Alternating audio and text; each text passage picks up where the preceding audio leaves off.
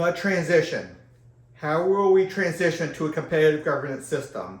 It is such a tremendously different system than the current government system. Still have three branches of government, but we will literally allow between 5 to 20% of the citizens to gather together, create their own government, and each government governs just their members. There will be a few things where you have to have a societal oversight, a monopolized government. So there's a system for that. Let's talk about that. So for the transition, all elected leaders first have to pass this constitutional amendment. Then once that's passed, the elected leaders appoint they either become initial leaders of the competitive governments themselves, or they appoint leaders to the competitive governments. So in prison, they might not know a lot about prison. They find somebody with their philosophy of how to do prisons, and they appoint that person to be a prison initial competitive government leader. Let's keep on going. So it's very important to do that. Okay, we break government down into 30 sectors, so we appoint people per sector. 5 in the charity system, we get rid of welfare altogether. 5 in the forward protection system, pretty much the only thing the federal government will have control over. They'll have a little bit of control in the other sectors, but only what the states allow. The violent crime mitigation system, again, statewide, local, a little bit of federal. Assorted sectors, 15 more assorted sectors. You can pause and read it if you wish to, but let's keep on going. But they get a full competitive governance system per sector. Appointed leaders start grouping based off philosophy. So Republicans, Democrats, conservative, liberals, Green Party, libertarians, all these people, there's a lot more than that, just that. So you gather together with 5% of the people and you can become your own government. You're like your own leaders within the membership. So let's keep on going.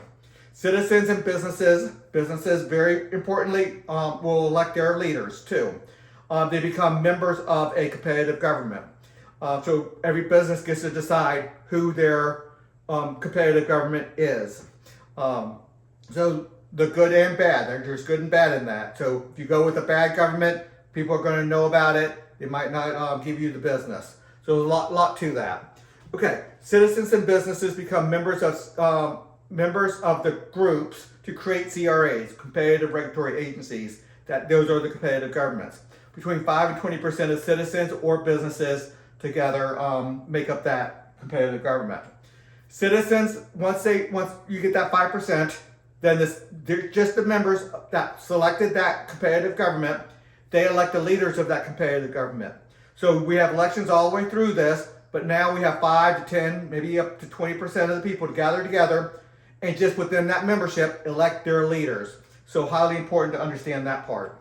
Monopolized representative societal oversight. 4 really big words to address negative externalities. 2 more big words. They all mean something. Monopolized across the whole board. All the competitive governments send representatives to a societal oversight board, where sometimes that societal oversight board, it's going to be called a sector board, is going to address negative externalities. Make sure all the competitive governments are doing what they're supposed to be doing, and in some cases be in charge.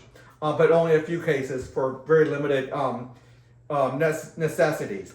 The representatives of each group, every competitive government, creates a sector board that has limited but necessary authority. We'll go over some of that. So where that comes in most important is, let's say, the foreign policy. The diplomats, we have a top diplomats that's elected. Top commander-in-chief that's elected, totally different person. Authorization agencies for the military and then for the police to hand out badges and take those badges away. Make sure people are trained up the way they should be doing internal affairs and the like. So that's a very, very important oversight function. The one set of violent crime laws. So you can have a lot of different laws dealing with human resources or contracts or banking. Everybody can choose your competitive governance on that.